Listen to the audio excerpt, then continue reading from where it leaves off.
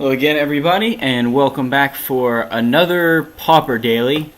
I think this is the list that I want to run. There might be one or two changes at the last second. So this is obviously the red splash version of black-based Value Town. Just a couple explanations. The major losses from cutting black are Geth's Verdict, Tendrils of Corruption, and Corrupt.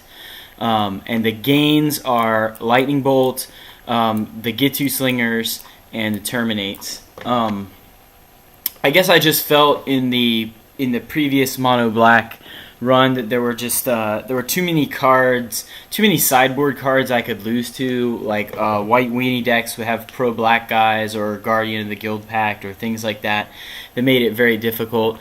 And a lot of the metagame right now is such that the big black spells like Tendrils of Corruption aren't really that great. I mean, the tempo swing from this card is very, very big, but a lot of the aggro decks are trying to poison you now, and it just feels like the meta is in a really control-based standpoint right now. So we're going with the cheaper removal and the multicolored Terminates that can kill Guardians, and are just all-around great removal. Still have one Geth's Verdict main. If you're keeping score at home, these should be Diabolic Edicts, but they're a ticket and a half. And I know I sound like a broken record, but the difference is marginal if you don't already own Diabolic Edicts. If you're putting this together for yourself and you do have Diabolic Edicts, then that's what should be in that slot and this slot.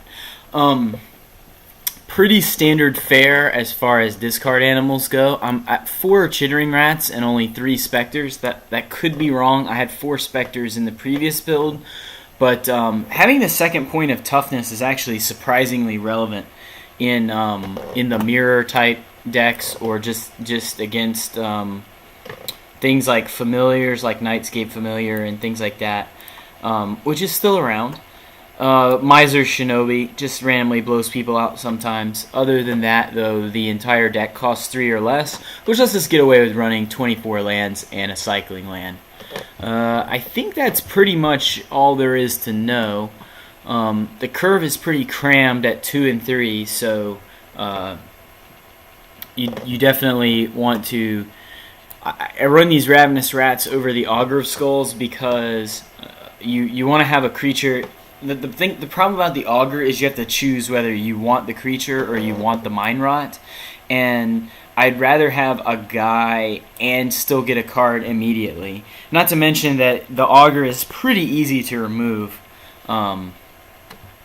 And so it's going to be the Augur's pretty easy to remove, and so you might not even get card advantage off of it, whereas the Ravenous Rats, you almost always get their card and then either trade the rats for something or get in for some damage. This build, as opposed to the mono black build, is a lot softer in the mirror, because it doesn't have the big spells like Tendrils of Corruption or Corrupts that help you come back from being behind.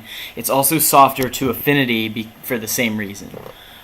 So if either of those decks are present a lot, then we'll consider going back. But it's vastly improved against White Weenie. It's much better against Infect. It's better against decks like Tortured Existence because you have a little bit more closing power while they're still trying to set up. And I just think in general it's an overall better call for the metagame. If there's any White Weenie or Goblins, it's a much better against those decks as well. In the sideboard we have basically 2 kinds of cards. We have the anti-aggro pile and we have the anti-control pile. I mean, really, that's all there is to it. I had some Rancid Earths in this spot where the 2 Blightnings are, and I think the Tendrils, but I was bringing the Rancid Earths in against the Bounce Land Storm and against the Cloud Post decks, and there are a lot of Cloud Post decks right now. But I realized that even though Rancid Earth can disrupt their mana, I think I would rather disrupt their hand. And so I'm going all in on the heavy discard plan. The reason being that they have to make so many land drops just to set up that Um, in the early game, you really just want to have one or two of your pieces of disruption, because if you hit them with, like, say, Wrench Mind on turn 2, Blightning on turn 3, or even just Wrench Mind and a discard animal, then they have to decide whether they want to keep burn spells or cards like Condescend, or their, or land, or their draw. You want to make them have to make a choice, and then hopefully, because that deck needs a little bit of everything to stay around, then you have a chance to get in there. As far as against Infect and White Weenie, these Fire Slingers are amazing. If you're not playing with Fire Slinger, you're doing something wrong if you're playing a deck like this. This card is good against Squadron Hawk, Benevolent Bodyguard, the Obsidian Acolytes. It's good against Blight Mamba. It's good against Mog War Marshal or Sparksmith. It's good against just about anything aggressive. It does stink to lose a damage, but against Infect and things like that, it doesn't even really matter. And you usually take on more damage in the early game anyways before you can strip cards out of their hand. So I love Fire Slinger. He's outstanding, and he just gives you so much board control when he's around.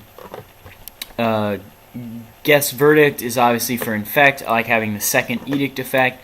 Tendrils is kind of a hedge. You could make this a third Guess Verdict. I like having one piece of targeted removal at least somewhere in the deck that is not black, just in case your opponent sides into Obsidian Acolyte or some other pro-red guy, or just nice to have. I think that's about it. It's possible that I'll make some more changes, because I'm not liking how 8 of my 15 cards in the sideboard are all discard. So I'll probably trim those numbers. Maybe this Shinobi can go, although I like having the second one against Cloud Post and against Combo. But probably can't bring in all of these cards, right? There's got to be something out there. Maybe if I can borrow some Gorilla Shamans or something good against Affinity. Maybe just more Tendrils of Corruption. Soren's Thirst would be another viable option. So we'll be playing in a daily in about half an hour, and we'll just see how that goes.